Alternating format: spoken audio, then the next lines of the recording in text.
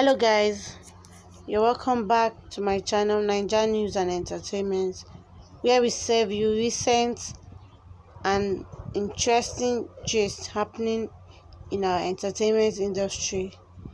The moment Naira Marley gave his fan a dirty slap while performing on stage in Lagos.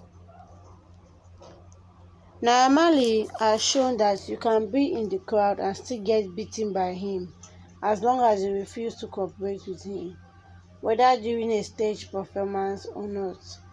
The singer, who is also regarded as the leader of the Malian gang, was one of the many celebrities that graced Nigerian singer and rapper Zlatan's concert in Lagos, tagged Zlatan Live on Wednesday, December 18th.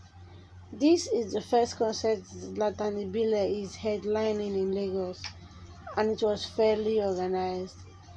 At the concert, Naira Marley proved that he doesn't take nonsense, as he was seen in one of the footages that emerged from the night slapping a fan in the crowd while he was on stage performing.